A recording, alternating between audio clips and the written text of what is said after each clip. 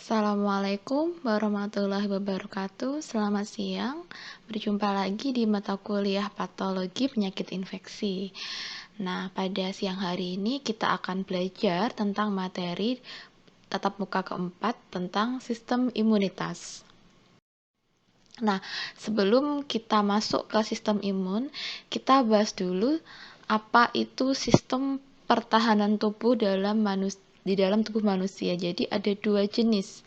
Yang pertama dari eksternal, yang kedua dari internal. Nah, kalau sistem pertahanan tubuh untuk melawan zat asing, suhu dan sebagainya dari luar itu, yang pertama adalah pembatas luarnya. Ada 3 jenis, yaitu pembatas anatomis. Contohnya kulit. Jadi kulit kita itu melindungi kita dari segala bentuk kuman, kemudian bakteri, debu dan sebagainya. Kemudian membran mukosa. Jadi misalnya mukosa yang ada di lambung kita itu melindungi lambung kita, dilapisi supaya tidak ada virus atau kuman yang bisa menembus ke dalam pembuluh darah di lambung dan masuk ke dalam darah. Kemudian sel dan sekresi. Jadi tubuh juga mengeluarkan lisosim, itu berhubungan dengan kelenjar di lisosim kita. Kemudian ada HCl. Jadi HCl itu merupakan contoh zat yang akan keluar di lambung. Jadi ketika kita mencerna makanan, maka HCl ini akan keluar. Nah, HCl ini sifatnya asam kuat. Jadi kalau misalnya tidak sengaja nih ada bakteri patogen yang ikut masuk dalam makanan kita yang kita makan, harapannya dengan adanya HCl di lambung ini yang sifatnya asam kuat, maka bakterinya akan mati. Kemudian aktivitas silia ya. Jadi ada silia itu adalah bulu-bulu halus yang ada di hidung. Nah, itu ketika ada zat asing atau ada debu atau kotoran atau mungkin jenis mikroorganisme lainnya yang masuk melalui lubang hidung, maka tubuh akan bereaksi dengan cara batuk dan bersin. Kemudian yang dari internal sendiri itu ada yang kita sebut dengan sistem imun. Jadi sistem imun itu termasuk dalam sistem pertahanan tubuh, tapi yang dari internal. Nah, nanti kita akan bahas satu-satu. Ada 2 jenis sistem pertahanan tubuh internal kita atau sistem imun kita, yaitu ada yang bentuknya bawaan, yang kita sebut dengan non-spesifik, dan adaptif, yang kita sebut dengan spesifik. Nah, apa sih bedanya antara sistem pertahanan tubuh dan sistem imun? Jadi kalau sistem imun itu merupakan bagian dari sistem pertahanan tubuh, ya. Jadi kalau sistem imun itu adalah sistem yang membuat kita punya imun. Jadi sistem pertahanan tubuh tidak selalu sistem imunitas, tapi sistem imunitas pastilah sistem pertahanan tubuh. Jadi imun itu merupakan kemampuan tubuh kita untuk melindungi dirinya sendiri dengan menahan atau menghilangkan benda asing atau sel-sel yang abnormal. Yang seperti kemarin misalnya ada sel abnormal, maka tubuh bereaksi dengan cara melakukan apoptosis seperti itu. Nah, sistem pertahanan tubuh manusia ini ada beberapa lapis. Nah, yang lapis pertama ini yang tadi kita sebut sebagai eksternal ya, yang dari faktor eksternal seperti ada kulit, jadi namanya physical barrier, jadi kita bisa lihat ada kulit, kemudian membran mukosa, enzim-enzim pencernaan, kemudian bakteri normal yang ada di flora tubuh manusia, kemudian ada komplement protein. Kemudian kalau yang sistem pertahanan tubuh yang dari internal, tadi kan ada yang kekebalan yang innate atau didapat atau yang non-spesifik. Nah, kalau yang non-spesifik itu merupakan sistem pertahanan tubuh lapis kedua. Ada apa saja itu? Ada namanya fagositosis, jadi proses memakan sel-sel atau memakan virus bakteri. ada apa di situ tentaranya, ada namanya natural killer cell, granulosit, dan makrofag. Nah, kalau yang ketiga yaitu sistem kekebalan yang spesifik. Nah, itu adalah sistem kekebalan tubuh lapis ketiga. Jadi, bariernya itu bermacam-macam. Jadi, kalau yang pertama dan kedua itu bisa ditembus, maka barulah nanti kita akan masuk ke kekebalan tubuh yang kita sebut dengan adaptive immune system atau learned immune system. Nah, tentaranya apa saja di situ yang bekerja?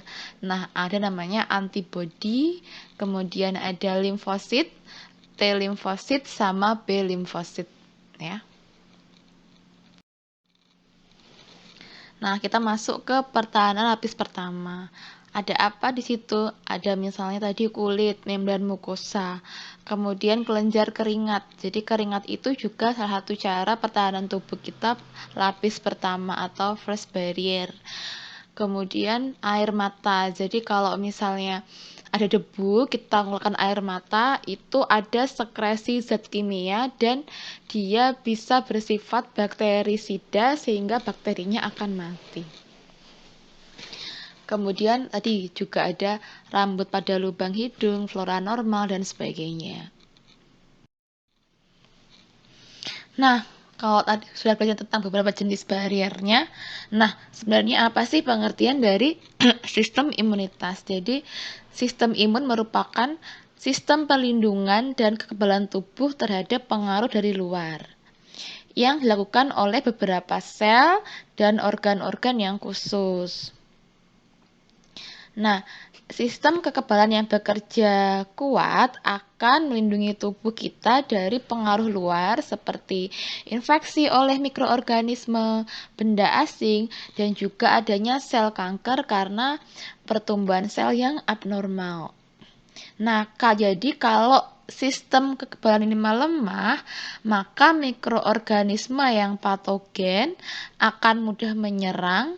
Kemudian juga sel-sel abnormal akan menjadi tidak terkontrol, menjadi sel-sel kanker, dan akan meningkatkan resiko terkena beberapa jenis kanker. Jadi sistem imun itu selain untuk dari luar yaitu virus dan bakteri patogen, dia juga membantu kalau ada hal-hal yang abnormal di tubuh kita seperti sel abnormal yang membuat kita terkena kanker.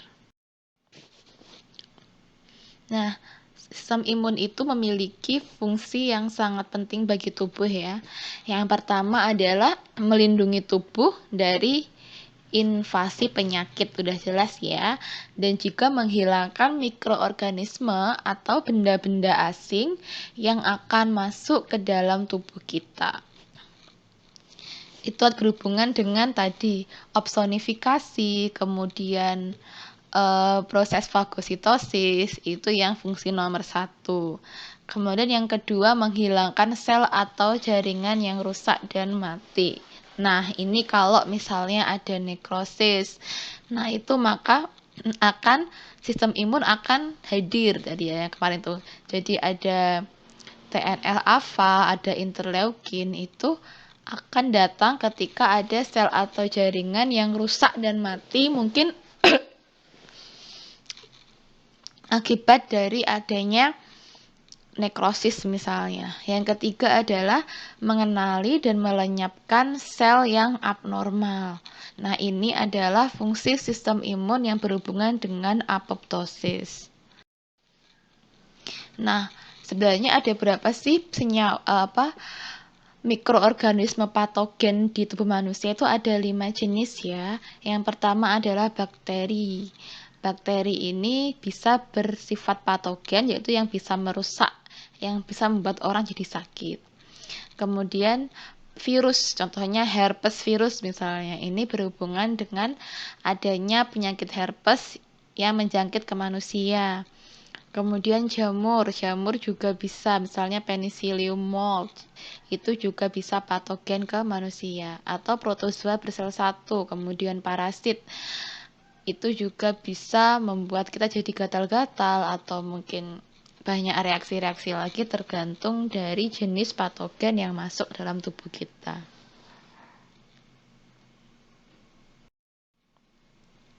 Nah, sebelum kita bahas tentang dua jenis sistem imun, kita akan bahas tentang apa saja sih efektor dari sistem imunitas ini.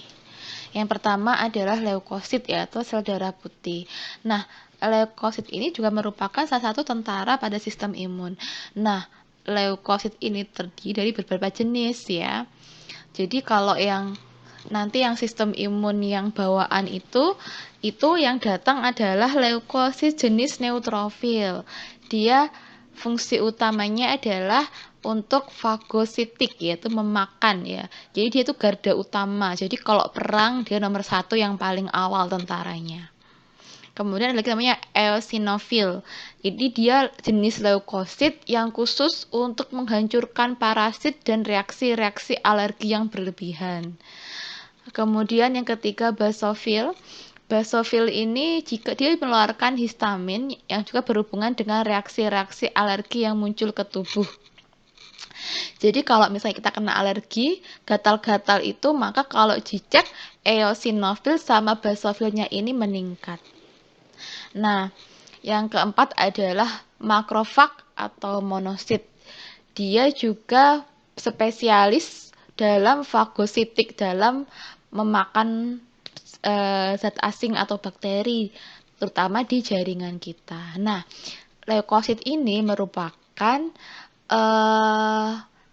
efektor sistem imun lapis kedua, yaitu sistem imun yang bawaan. Kemudian kalau ternyata neutrofil, eosinofil, basofil, makrofag ini gagal untuk membunuh atau menekan adanya zat asing, maka akan datang nih yang namanya sel limfosit. Nah, sel limfosit ini bisa kita sebut mungkin sebagai Kopassus ya, tentara khusus gitu, yang datang di saat-saat terakhir kalau tentara yang garda depannya udah pada mati, dia datang. Ada dua jenis, yaitu sel B dan sel T. Sel B ini secara langsung akan membunuh benda asing ya. Sama juga dengan sel T, dia juga secara langsung akan membunuh benda-benda asing.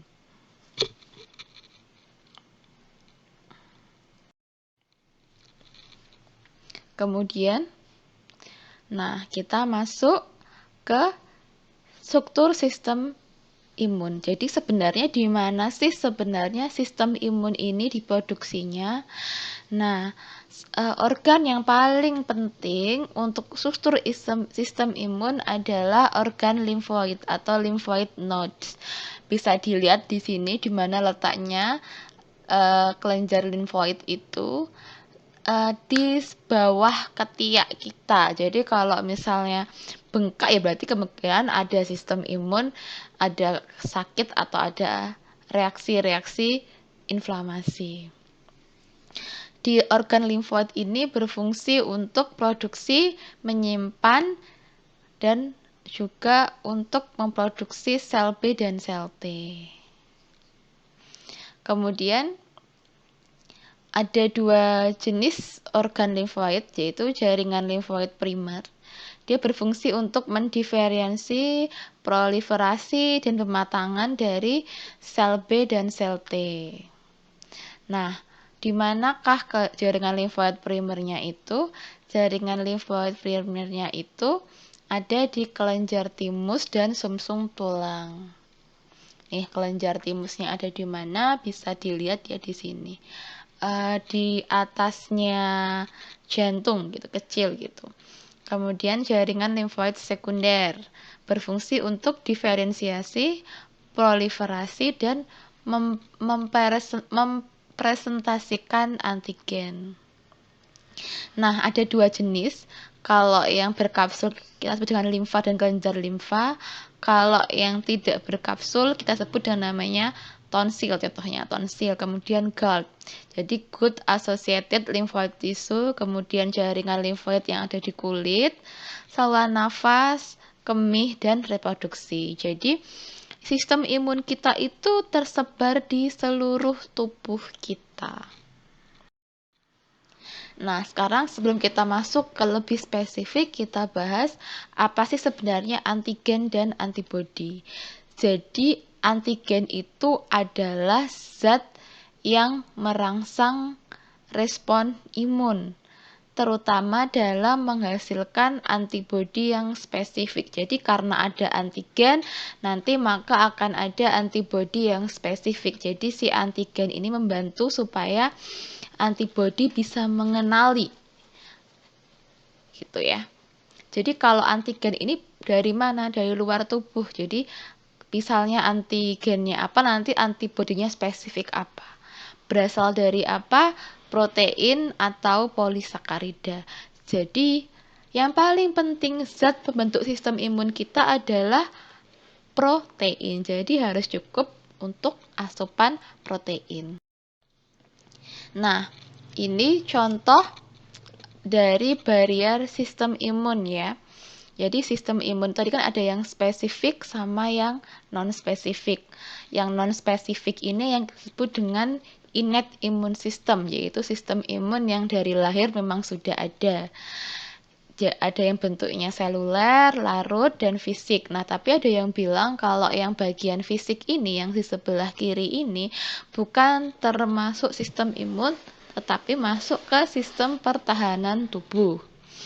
Nah, kalau tadi yang non-spesifik ada fagosit, sel NK atau natural killer cell, mast cell, basofil. Nah, kalau yang sistem imun spesifik, yang adaptif ini itu berasal ada dua jenis, yaitu dari humoral dan seluler, yang kita sebut dengan sel B dan sel T. Jadi kalau sel B itu jenisnya masih humoral, sel T baru yang seluler. Sel B ada siapa lagi? Ada siapa di situ teman-temannya? Ada IgD, IgM, IgG, IgE, dan IgA. Kemudian yang seluler ada siapa? Ada sel T. Ya kan, ada T helper 1, T helper 2, itu yang dari selulernya. Nah, nanti kita bahas satu persatu ya, mulai dari sistem imun non-spesifik dan spesifik. Nah, kita masuk ke sistem imun yang non-spesifik ya. Jadi, tubuh kita ini memiliki sistem imun yang berasal dari bawaan tubuh yang kita sebut dengan namanya natural. Nah, jenis imun ini merupakan pertahanan tubuh terdepan dalam melawan mikroorganisme. Disebut imunitas non-spesifik karena apa? Karena tidak ditujukan terhadap mikroorganisme jenis tertentu. Jadi siapapun yang datang, tentaranya itu bisa siapa saja. Jadi tentaranya sama, nggak spesifik. Misalnya kalau Romeo sama Juliet itu enggak. Jadi yang datang siapa digempur semuanya sama sistem imun yang innate ini. Kemudian jenis-jenis sistem imun non-spesifik. Yang pertama adalah pertahanan fisik mekanik. Mekanik merupakan tindakan kekebalan tubuh yang dapat dilakukan oleh tubuh, kemudian terjadi di kulit untuk melindungi terhadap infeksi dari luar ya. Ini contohnya adalah selaput lendir, berperan untuk menangkap debu dan mikroorganisme yang masuk ke dalam tubuh. Kemudian bulu getar atau silia ya, pada pernafasan kita untuk menolak debu dan kotoran serta kuman. Selain itu dapat juga berupa tindakan-tindakan mekanis seperti batuk dan bersin yang akan mencegah masuknya kuman patogen ke dalam tubuh kita. Kemudian yang kedua adalah pertahanan biokimia. Jadi berbagai zat biokimia ini akan disekresi oleh sel guna melindungi dan mempertahankan tubuh terhadap gangguan dari luar. Zat tersebut antara lain apa aja? Contohnya adalah adanya lendir di pernafasan. Tadi ada asam lambung atau HCl dalam cairan lambung. Kemudian ada juga laktoferin dalam ASI atau yang kita sebut dengan kolostrum. Kemudian ada juga lisosim dalam keringat di kulit. Semua zat biokimia ini berperan dalam melindungi tubuh sesuai dengan tempat dan perannya masing-masing gitu. Yang ketiga adalah pertahanan humoral. Jadi zat dan mekanisme-mekanisme nanti ini akan berperan dalam pertahanan tubuh secara humoral. Yang pertama akan kita bahas dengan komplement. Jadi komplement ini merupakan protein yang berperan dalam mengaktifkan fagosit, kemudian membantu menghancurkan bakteri dan parasit, dan sebagai komplement dari antibodi. Jadi kalau misalnya antibodi tentaranya, mungkin komplement ini kayak misalnya pistolnya gitu. Nah, fungsinya apa? Jadi si komplement ini berfungsi untuk menghancurkan membran sel bakteri. Jadi kalau membrannya bakterinya rusak, maka bakterinya akan pecah atau lisis. Kemudian komplement itu juga berfungsi untuk mengarahkan si makrofag. Jadi innate immune system kita biar makrofag tuh tahu di mana sih bakterinya berada. Jadi komplement ini hanya akan aktif bila ada zat asing yang masuk ke tubuh.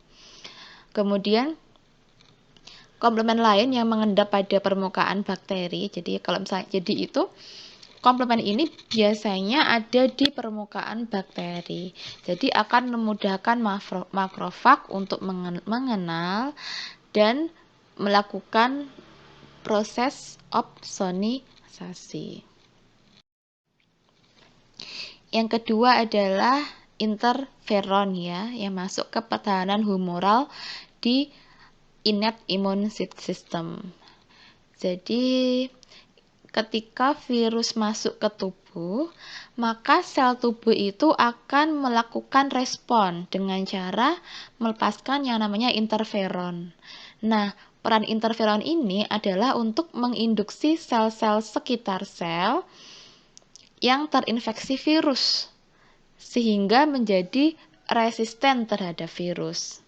Selain itu, nanti si interferon ini dapat mengaktifkan namanya sel pembunuh alami yang kita sebut dengan sel NK atau natural killer cell, dan sel T yang sitotoksik atau sel anti kanker. Bila mana ada sel yang terinfeksi virus dan telah berubah, akan mudah dikenal oleh sel NK yang kemudian membunuhnya, sehingga penyebaran virus ini juga akan dapat dicegah. Jadi misalnya ini, contohnya ada sel pembunuh, sel targetnya terinfeksi virus nih. Nah ya, kemudian dia akan melakukan namanya proses opsonifikasi, jadi dimakan. Ya, sel yang terinfeksi akan mati.